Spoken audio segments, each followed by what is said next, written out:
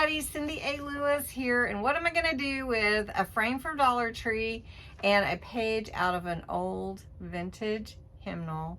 This is actually Joy to the World, which is a Christmas song. It's Christmas, right? In July, right? And so we're going to make a fun frame for Christmas. You could decorate. It's vintage. You're going to love it. And it's so easy. Anybody can do it. And you'll just want to just keep making them for gifts. So anyway, let's jump in and see how this comes together. Have all my supplies out here. Don't forget to enter the July Christmas in July giveaway on July 1st video. It's linked below. You don't want to miss that opportunity. It's a fine box of stamps and all kinds of goodies. So you don't want to miss that. The giveaway is July 31st. Did I say June 1st? It's July 1st. Okay, so what I need, or what you need for this, is you need a frame, and I'm using one from Dollar Tree. I'm going to go ahead and open it so we can get that glare off of here. Then you're going to need also a song, and you can, if it's available on the internet, you can print it. I took this out of my hymnal, and I'm going to turn that over because we're going to take that glass out.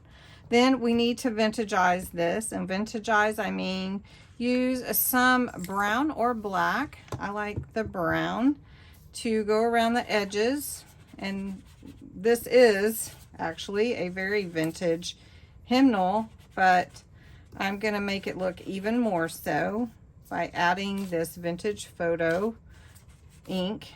This is Distress Oxide ink, so it could actually be used as some water reactive. And I know that my song is going to be cut off a little bit because it's a little bit bigger than my frame, which is a 5x7 frame. So I'm going to take that out. I'm going to take out my backing. I'm going to take out this piece of paper and remove the glass. So do be careful in removing the glass.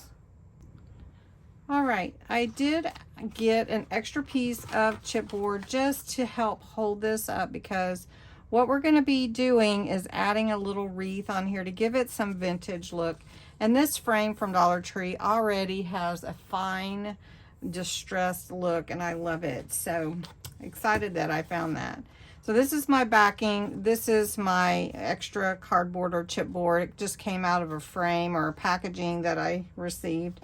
And so what I'm going to do is I am going to find out where I want my picture, and then I'm going to glue it in place. And how I look at that is I'm going to put it in the frame and see where it needs to go. So I think it's going to fit just fine like that. All right, so then what we're going to do is we're going to take this and glue it to the extra piece. So what I need right now is just, I'm going to use Collal glue because I like that it doesn't soak into the paper, but it gives a hard bond to the paper.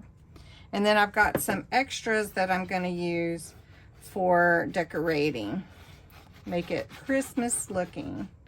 So I use this Collal glue, alcohol based, always on my you know, junk journals and all that kind of thing. So I want to get this pretty much in the middle, but it'll give me a little bit of leeway time so that I can chuck it. All right, so I can see that adding my color here at the bottom was a wise choice. And I'm just going to add a little bit more to this. Okay. Now I need to fold over just to give it that finished look. The edges, I'm just going to fold that in, fold this one in, and then glue that down. Now if you have a vintage snowman, you could put that on here. You could put it at the bottom or however you want to do it. But what I have is a little bit of mini bell garland from Dollar Tree that I had from last year. And I've got it right here. I've cut off a snippet of it, and I'm just making it into a little wreath. And I want to see if this is a good size for to hang right here in the middle of my my song. So it looks like a good size.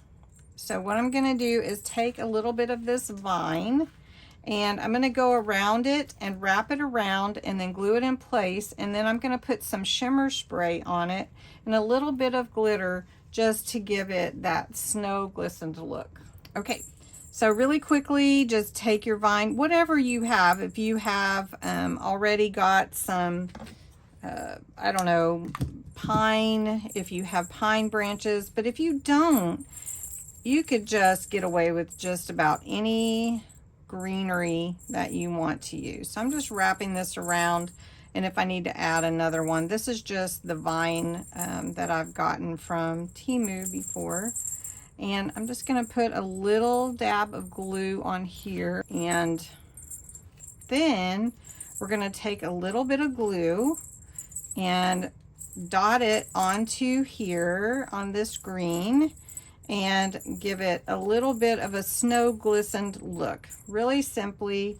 So we've got beautiful little snow wreath, but it doesn't look overdone. Right. Okay, so we're just going to glue that in place right there. All right, so that looks really cute. Then I'm going to take a little bit of this wire from that. I'm just going to put it around the ribbon a couple times, and then you'll see we're going to put it through. Let's see if I can get that. We're going to put it through the picture so that it is held in place more securely than just gluing it.